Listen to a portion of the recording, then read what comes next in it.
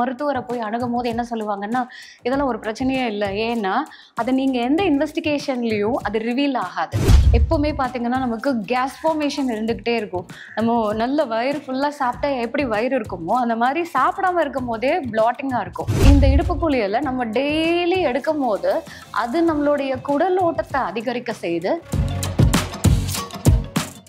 இந்த மோரை வந்து ரெகுலரா நம்ம குடிச்சிட்டு வந்தோம் அப்படின்னா, அது நம்மளுடைய ப்ரோபயோட்டிக் அந்த கட் ஃப்ளோராவை மெயின்டைன் பண்ணும். அதாவது குட் பாக்டீரியாஸ் லெவல்ல மெயின்டைன் பண்ணும். கோலோன் ஹைட்ரோதெரப்பி அப்படின்றது இருக்கு. ஸோ அது வருஷத்துல ஒரு வாட்டி எடுத்தா கூட இது நம்மளுடைய எதிர்ப்பு சக்தியை மெயின்டைன் பண்ணும். இந்த வேஸ்ட் எல்லாம் வெளியே போகும்போது அந்த இன்டெஸ்டைன் வழியா பிளட்ல மிக்ஸ் ஆயிடுச்சுன்னா வேற என்ன மாதிரினா நம்மளுடைய சர்மமும் வந்து பாதிப்படையும். இந்த பிஸ்ட்டை நீங்க ஆயில்ல வந்து நீங்க தொப்புள்ள சேர்த்துட்டு இதை நம்ம தொப்புள்ள வச்சு ஒரு clockwise rotation. Doctor Vikatan நேயர்களுக்கு என் அன்பு வணக்கம். டாக்டர் வைதீபா, அரசு யோகா மற்றும் இயற்கை மருத்துவக் கல்லூரி மற்றும் மருத்துவமனை. இன்னைக்கு பார்க்க போற டாபிக் என்னன்னா, லீக்கி கட் அப்படின்னு சொல்லுவாங்க. அது அப்படின்னா என்ன நீங்க கேட்கலாம். கட்டுக்கு இன்னொரு பேரு நம்மளுடைய ஜீரண மண்டலத்தை தான் கட்டுன்னு சொல்லுவாங்க. அதாவது நம்ம வாயில இருந்து ஆசன வாய் வரைக்கும் இருக்கக்கூடியது தான் நம்மளுடைய ஜீரண மண்டலம். இதுல அந்த கட்டோடைய லீக்கி அப்படின்னா நம்மளுடைய குடல்ல இருந்து ஒரு சில விஷயங்கள் லீக் ஆகிறத தான் வந்து லீக்கி கட்டுன்னு சொல்லக்கூடியது. இந்த பிரச்சனை எல்லாம் இருக்கு அப்படின்னும் போது மருத்துவரை போய் அணுகும் போது என்ன சொல்லுவாங்கன்னா, இதெல்லாம் ஒரு பிரச்சனையே இல்லை. ஏன்னா அதை நீங்க எந்த இன்வெஸ்டிகேஷன்லயும் அது ரிவீல் ஆகாது, எந்த ஸ்கேன்லயும் அது ரிவீல் ஆகாது. ஆனா இந்த தொந்தரவு இருந்துகிட்டே இருக்கும். ஃபர்ஸ்ட் இந்த லீக்கி கட் எதனால வருது எப்படி அப்படின்றத தெரிஞ்சுக்கலாம். நம்மளுடைய குடல்ல வந்து பாத்தீங்கன்னா அந்த அடர்த்தி இருக்கும். இந்த எபிதீலியல் லைனிங் சொல்லுவாங்கல்ல, அந்த மியூக்கஸ் மெம்பரேன். அந்த எபிதீலியல் லைனிங் நம்ம குடலுடைய அந்த லென்த் வந்து பாத்தீங்கன்னா 4000 ஸ்கொயர் ஃபீட். இப்போ இதுல இருக்கக்கூடிய அந்த லைனிங் வந்து பாத்தீங்க அப்படின்னாக்கா ரொம்ப சாஃப்டான ஒரு மியூக்கஸ் மெம்பரேன்ஸ் இருக்கும். அந்த எபிதீலியல் லைனிங்ல நமக்கு வந்து அந்த விலாஸ் அப்படின்னு சொல்லுவாங்க, அதாவது சின்னதா விரல் மாதிரி இருக்கக்கூடியதுல நமக்கு வந்து வாட்டரும் நியூட்ரிஷனும் அப்சர்வ் பண்ணி தான் அது நமக்கு சத்தா வந்து நம்ம உடல் முழுக்க போகும். இப்ப என்ன பிரச்சனை அப்படின்னா, நம்ம சாப்பிடுற சில உணவுகள், நம்ம லைஃப் ஸ்டைல், இல்ல குடல் சுத்தமே இல்லாம எப்பவுமே நமக்கு வந்து அங்க ஃபீக்கல் மேட்டர்ஸ் எப்பவுமே இருந்துகிட்டே இருக்கு அப்படின்னா, அந்த உணவு பொருட்கள், அதே நேரத்துல சில நச்சுக்கள், இன்னும் சில நேரத்துல சொல்றாங்கன்னா ஆன்டிஜென்ஸ் எல்லாம் கூட நமக்கு அந்த லைனிங் வழியா அது வந்து எஸ்கேப் ஆகி நம்மளுடைய ரத்த நாணங்கள், அதாவது பிளட் ஸ்ட்ரீம்ல மிக்ஸ் ஆயிடுச்சுன்னா அதை தான் நம்ம லீக்கி கட்டுன்னே சொல்லுவோம். அப்போ இந்த லீக்கி கட் வந்தா என்ன மாதிரி சிம்டம்ஸ் இருக்கும்? இது நமக்கு ஆரம்பத்துல இருந்தே அஜீரண தொந்தரவை கொடுக்கும். எப்பவுமே பாத்தீங்கன்னா நமக்கு கேஸ் ஃபார்மேஷன் இருந்துகிட்டே இருக்கும். நம்ம நல்ல வயிறு ஃபுல்லா சாப்பிட்டா எப்படி வயிறு இருக்குமோ அந்த மாதிரி சாப்பிடாம இருக்கும் போதே ப்ளாட்டிங்கா இருக்கும். 2 இட்லி தான் சாப்பிட்டேன் மேடம், ஆனா வயிறு உடனே உபசம் ஆயிடுச்சுன்னு சொல்லுவாங்க. என்ன சாப்பிட்டாலும் நெஞ்சிலேயே இருக்கும். அதுவும் முக்கியமா பாத்தீங்கன்னா நைட்டு இரவு நேரத்துல நம்ம சிம்பிளான ஃபுட்டு சாப்பிட்டிருந்தா கூட அது நமக்கு நெஞ்செரிச்சல் கொடுத்துக்கிட்டே இருக்கும். சில பேருக்கு வாமிட்டிங் சென்சேஷன் இருக்கும். சில பேருக்கு வாமிட் பண்ணிட்டா தான் தூக்கமே வரும். நிறைய பேஷண்ட்ஸ் சொல்றதை கேட்டிருக்கேன். நைட்ல நான் நல்லா படுத்து தூங்கினதே ரொம்ப ஜாஸ்தி மேடம், ஏன்னா நான் படுத்தாலே எனக்கு ரீகஜிடேஷன் இருந்துட்டு இருக்கும், அதனால நான் உட்காந்துதான் தூங்குவேன் அப்படின்வாங்க.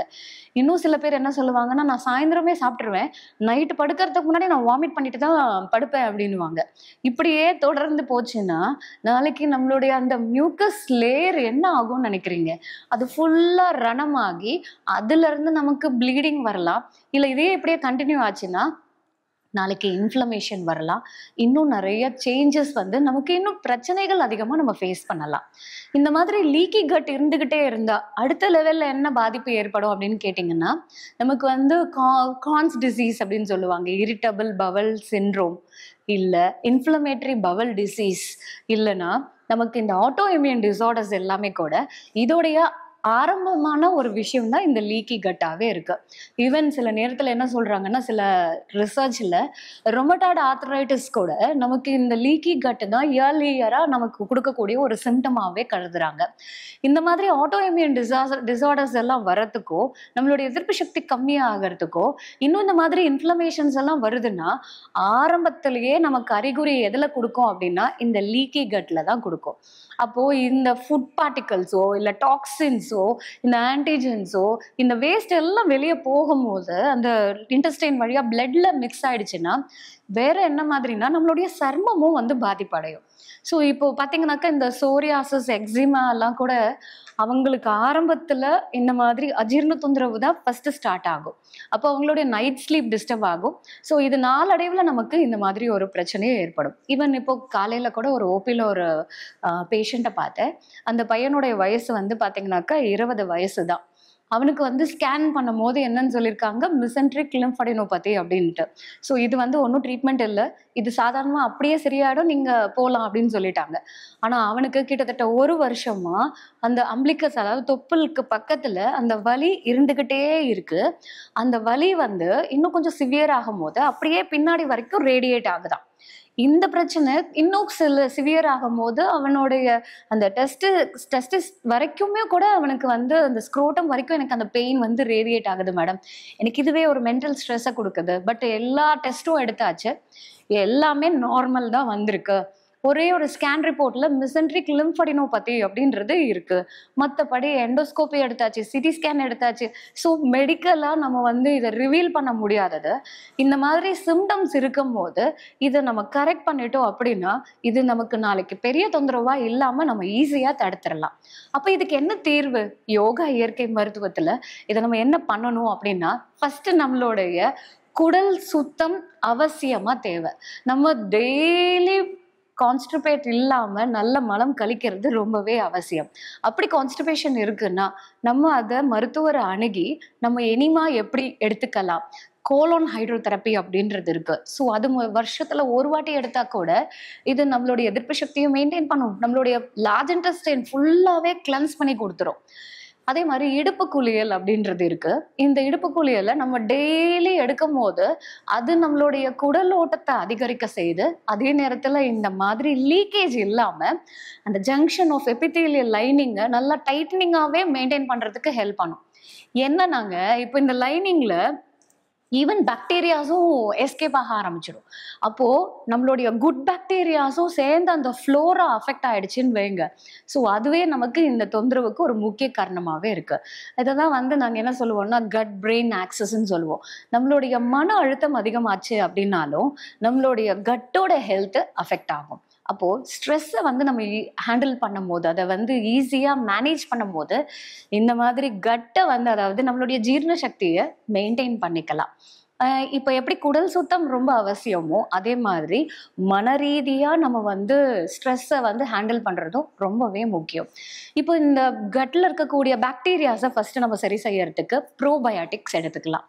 ப்ரோபயாட்டிக்னா என்னங்க, நம்ம வந்து அந்த குட் பாக்டீரியாஸ் லெவலில் நம்ம மெயின்டைன் பண்ணுறதுக்கான ஒரு இயற்கையான விஷயம் எதில் கிடைக்கும் அப்படின்னு கேட்டிங்கன்னா, தயிர், மோர், இதை வந்து யோகட்டுன்னு சொல்லுவாங்க, அப்படியும் நம்ம வந்து எடுத்துக்கலாம்.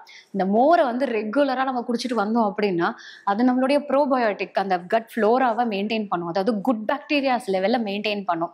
அடுத்தது ப்ரீ பாக்டீரியா, அதாவது வெங்காயம். அதில் சின்ன வெங்காயம் ரொம்பவே ஸ்பெஷல். டெய்லி நம்ம வெங்காயத்தை சமையல்லையும் சேர்த்துக்கலாம். ஒரே ஒரு பீஸ் அந்த ரா ஆனியன் இருக்குல்ல, அதை வந்து நம்ம என்ன வெஜிடபிள் சாப்பிட்றோமோ அதோடு அப்படியே நம்ம சேர்த்து அதை நம்ம எடுத்துக்கலாம். ஸோ இது நமக்கு ப்ரீபயோட்டிக்கை மெயின்டைன் பண்ணும். அடுத்தது அதிகமாக ஃபைபர் இருக்கக்கூடிய உணவை நம்ம சேர்த்துக்கிறது நல்லது. இந்த நாறு சத்துல வந்து பார்த்தீங்கன்னா சால்யூபிள் ஃபைபராக இருக்கிற பட்சத்தில் ரொம்பவே நல்லது. என்ன அப்படின்னு கேட்டிங்கன்னா, கரையும் தன்மை இருக்கக்கூடிய நாறு சத்து பழங்கள், குறிப்பாக பார்த்தீங்கன்னாக்கா இந்த water melon, Musk melon, even வெந்தயம் டெய்லி ஒரு டம்ளர் மோரில் ஒரு 1/2 ஸ்பூன் வெந்தயத்தை பவுடர் பண்ணி அதில் ஒரே ஒரு சிட்டிகை பெருங்காயம், சின்ன இஞ்சி வச்சு நீங்கள் அந்த மோரை வந்து ரெகுலராக குடிக்கும் போது நமக்கு ப்ரீபயோட்டிக்கும் கிடைக்குது, அந்த கட் லீக்கேஜையும் உங்களுக்கு கரெக்ட் பண்ணுது. ஸோ உங்களுக்கு மலச்சிக்கல் ஏற்படாது. நிறைய கீரை சாப்பிட்றது நல்லதுங்க. ஆனால் கீரையை கரெக்டாக க்ளீன் பண்ணணும். அதை கரெக்டான லெவலில் நம்ம சமைக்கும் போது அது நமக்கு இந்த மாதிரி ஆரம்பத்தில் அறிகுறி இருக்குன்னா எப்போ நம்ம எடுத்துக்கலான்றது மருத்துவருடைய ஆலோசனை பிரகாரம் எடுத்துக்கலாம். ஏன்னா சில நேரத்தில் நமக்கு இரிட்டேஷன் இருக்குது, வயிறு வலி இருக்குது அப்படின்னா இந்த மாதிரி கீரை எல்லாம் கூட நமக்கு இரிட்டன்ஸாகவே இருக்கும். ஸோ அப்போ அந்த மாதிரி நேரத்தில் நம்ம பல்கி ஃப்ரூட்ஸான மஸ்க் மெலான், வாட்டர் மெலான், அதுக்கப்புறம் பப்பாளி பெஸ்ட். இது என்னன்னா நமக்கு நல்ல லாக்ஸேட்டிவாகவும் இருக்கும், அதே நேரத்தில் கட்டோடைய இதையும் மெயின்டைன் பண்ணும். ஸோ இந்த மாதிரி லீக்கேஜஸ் இல்லாமல் உங்களுக்கு அங்கே எங்கேயும் உங்களுக்கு இன்ஃபெக்ஷனோ இல்லை தொற்றோ எதுவுமே இல்லாமல் அதை கிளியர் அவுட் பண்ணுறதுக்கு இந்த பப்பாளி வந்து ரொம்பவே ஹெல்ப்ஃபுல்லாக இருக்கும். காலையில் எழுந்த உடனே ஒரு டம்ளர் வெண்பூசணி சாறு, ஒரு நாள் வெண்பூசணி எடுத்துக்கலாம், ஒரு நாள் வந்து பார்த்தீங்கன்னாக்கா இந்த சுரக்காய் வந்து நம்ம எடுத்துக்கலாம். இட்ஸ் எக்ஸலண்ட் ஆல்கலைனுங்க. அது என்ன அப்படின்னாக்கா நம்மளுடைய ரத்தத்தோடைய அசிடிட்டியை குறைக்கும். எப்போ ரத்தம் வந்து அதோடைய பிஹெச் டிஸ்டர்ப் ஆகுதோ அப்போவே நம்ம வந்து நிறைய நோய்க்கு நம்ம வந்து ப்ரோன் ஆகிடுறோம். இப்போ இந்த மாதிரி கம்ப்ளைண்ட் ஜாஸ்தியாகிட்டே வர்றதுக்கு காரணம் என்ன அப்படின்னா நம்ம அதிகமாக ஜங்க் ஃபுட்ஸ் எடுத்துக்கிறது, நம்ம சாப்பிட்ற உணவில் அந்த அமிலத்தன்மை அதிகமாகவே இருக்கிறது. இப்போ எக்ஸாம்பிள் ஆயிலி ஃபுட் ஜாஸ்தி சாப்பிட்றோம், சிக்கன் அதிகமாக சாப்பிட்றோம், பேக்கரி ஐட்டம்ஸ் அதிகமாக எடுத்துக்கிறோம். இப்போது பார்த்தீங்கன்னா இந்த பீஸா பர்கர் இந்த மாதிரி ஜங்க் ஃபுட்ஸ் எல்லாமே நம்ம உடம்ப அமிலத்தன்மைக்கு அதிகமாக்கிடும். ஸோ அப்போ இது எல்லாமே இந்த கட்டை லீக் பண்றதுக்கு ஒரு முக்கிய காரணமாகவே இருக்கும். அப்போ இந்த ஃபுட் எல்லாமே கண்டிப்பாக அவாய்ட் பண்ணணும். ப்ராசஸ்டு ஃபுட் எடுக்கக்கூடாது. முக்கியமாக இந்த ஊறுகாய் அண்ட் எது ரெடிமேடாக நம்ம உடனே சமைக்கலான்ற மாதிரி இருக்கும், அது எல்லாமே தவிர்க்கிறது ரொம்பவே நல்லது. டெய்லி காலையில் 2 விஷயத்த நீங்கள் ஃபாலோ பண்ணிட்டு வாங்க. என்ன அப்படின்னு கேட்டிங்கன்னா, ஒரு டர்க்கி டவலோ இல்லை ஒரு காட்டன் டவல், நல்ல ஒரு பல்காக இருக்கக்கூடிய டவல் எடுத்துக்கோங்க. ஒரு கோல்டு வாட்டரில் டிப் பண்ணி லைட்டாக பிழிஞ்சு 4ஆக மடித்து வயிறில் போடுங்க. வெறும் வயிற்றில் தான் இதை பண்ணணும். இதை நீங்கள் டெய்லி ஒரு கோல்ட் கம்ப்ரஸை மட்டும் நம்ம போட்டுட்டு வந்தோம் அப்படின்னா உங்களுக்கு அந்த இடத்துல இன்ஃப்ளமேஷன்ஸ் இருந்தாலோ இல்லை ரெகுலராக உங்களுக்கு இந்த மாதிரி லீக்கேஜ் இருந்தாலோ அதை வந்து அந்த லைனிங்கை கரெக்ட் பண்ணுறதுக்கு இந்த கோல்ட் கம்ப்ரஸ் ரொம்ப எக்ஸலண்ட்டான எஃபெக்டை கொடுக்கும். இந்த கோல்ட் கம்ப்ரஸோட நம்ம அஜ்வைன் ஆயில் அப்ளை பண்ணிட்டு பண்ணுறது இன்னும் எஃபெக்டிவ். அதாவது ஒன்றும் இல்லைங்க, ஓமத்துலேருந்து அது எடுக்கக்கூடிய எக்ஸ்ட்ராக்டை அந்த ஆயிலில் நல்லெண்ணெயோடு சேர்த்து நம்ம அப்ளிகேஷன் கொடுத்துட்டு இந்த வெட் கம்ப்ரஸ் போடலாம். எனக்கு அந்த ஆயிலெலாம் கிடைக்கலங்க, நமக்கு ரொம்ப ஈஸியாக கிடைக்கக்கூடியது கேஸ்டர் ஆயில், விளக்கெண்ணெய். விளக்கெண்ணையும் நல்லெண்ணையும் ஈக்குவல் ரேஷியோவில் எடுத்துக்கலாம். இது ஒரு 10 ml எடுக்கிறோம் அப்படின்னா தொப்புள் சுற்றி நல்ல ஒரு மசாஜ். இதில் நல்ல ஃபிஸ்ட் மாதிரி ஃபார்ம் பண்ணிக்கோங்க. கட்டை விரல் உள்ளே வச்சு மீதி 4 விரலில் நல்லா மடக்கி ஒரு ஃபிஸ்ட்டு ஃபார்ம் பண்ணிப்போம். இந்த ஃபிஸ்ட்டை நீங்கள் ஆயிலில் வந்து நீங்கள் தொப்புளில் சேர்த்துட்டு இதை நம்ம தொப்புளில் வச்சு ஒரு கிளாக் வைஸ் ரொட்டேஷன். ஸோ அந்த தொப்புள் மேலேயே நீங்கள் கிளாக் வைஸாக ரொட்டேட் பண்ணுறது, அப்புறம் தொப்புளை சுற்றி ஒரு கிளாக் வைஸாக. ரொம்ப ப்ரெஷர் பண்ணணும்னு அவசியமே இல்லை, ஒரு ஜென்டிலான ஒரு ஃப்ரிக்ஷனை மட்டும் நம்ம கொடுத்தாலே போதும். இது ஒரு 10 மினிட்ஸ்க்கு நீங்கள் இந்த மாதிரி ஃப்ரிக்ஷன் கொடுத்துட்டு அதுக்கப்புறமா ஒரு ஹாட் வாட்டர் பேக் இருந்தாலோ இல்லை இதே மாதிரி காட்டன் டவலை பச்சை தண்ணியில் நினச்சி அதை பிழிஞ்சு 4ஆக மடித்து நம்ம வயிறில் போடும் போது இது நம்மளுடைய கட்டோட ஹெல்த்தை மெயின்டைன் பண்ணும். முக்கியமாக உங்களுக்கு ஃபர்ஸ்ட் அந்த சிம்டம்ஸ் எல்லாம் குறைச்சி இந்த லீக்கேஜை ப்ரிவென்ட் பண்ணும். ஸோ அப்போது டே பை டே உங்களுடைய சிம்டம்ஸ் குறைய உங்களுடைய லீக்கேஜ் வந்து உங்களுக்கு கரெக்ட் ஆகிட்டே வருதுன்றதுக்கான அறிகுறி. நேரத்துக்கு தூங்கணும், அடிக்கடிக்கு டென்ஷன் ஆகிறத குறைக்கணும். ஏன்னா நம்ம எதுக்கு எடுத்தாலும் உடனே ரியாக்டிவாக இருக்கிறதும் தேவையில்லாத டென்ஷனை மைண்டில் போட்டுக்கிறதும் இதுக்கு ஒரு முக்கிய காரணமாகவே இருக்கும். ஸோ அந்த ரெஸ்ட்லெஸ்னஸை குறைச்சிட்டு நிறைய ப்ரீதிங் எக்ஸசைஸ் பண்ணுறது நல்லது. சிம்பிளாக ஒரு மெடிடேட்டிவ் போஸ்டரில் உட்காந்து நல்ல டீப் இன்ஹலேஷன், டீப் எக்ஸலேஷன், இதில் டயஃப்ரமேட்டிக் ப்ரீத்திங் நீங்கள் பண்ணிங்கன்னா உங்களுடைய கட்டு வந்து நம்ம ரொம்ப ஈஸியாக அதை ஸ்ட்ரெஸ்ஸை குறைச்சி அந்த லீக்கேஜை குறைக்கலாம். அந்த டயஃப்ரமேட்டிக் ப்ரீதிங் என்ன, ஒன்றும் இல்லை, நம்ம சுவாசம் உள்ளிழுக்கும் போது நம்மளுடைய வயிறு வெளியே வரணும், சுவாசம் வெளியே விடும் போது நம்மளுடைய வயிறு உள்ளே போகணும். இதை நம்ம பிராண முதிரையோடு சேர்த்து பண்ணும் போது இன்னும் எஃபெக்டிவாகவே இருக்கும். எப்படி பண்ணலாம்? கட்டை விரல், மோதிர விரல், சுண்டு விரல், மீதி 2 விரல் ஸ்ட்ரெயிட்டாக இருக்கணும். இது நம்ம தொடக்கி மேலே வச்சு நல்ல கண்களை மூடி நம்ம சுவாசம் உள்ளிழுக்கும் போது வயிறு வெளியே வரணும், சுவாசம் விடும் போது வயிறு உள்ளே போகணும். ஸோ இந்த மாதிரி டெய்லி ஒரு 10 தடவை நம்ம இதை பண்ணாலே நம்ம இந்த லீக்கேஜை இம்மீடியட்டாக கரெக்ட் பண்ணி நாளைக்கு அது இன்ஃப்ளமேஷனாவோ இல்லை நாளைக்கு அது புற்றுநோயாகவே கூட மாறாமல் நம்ம ஹெல்த்தியாக இருக்கிறதுக்கு இது உங்களுக்கு ரொம்பவே ஹெல்ப் பண்ணும். இன்னும் இந்த மாதிரி நிறைய ஹெல்த் இன்ஃபர்மேஷனோட உங்களை அடுத்த வீடியோவில் சந்திக்கிறேன். நன்றி, வணக்கம்.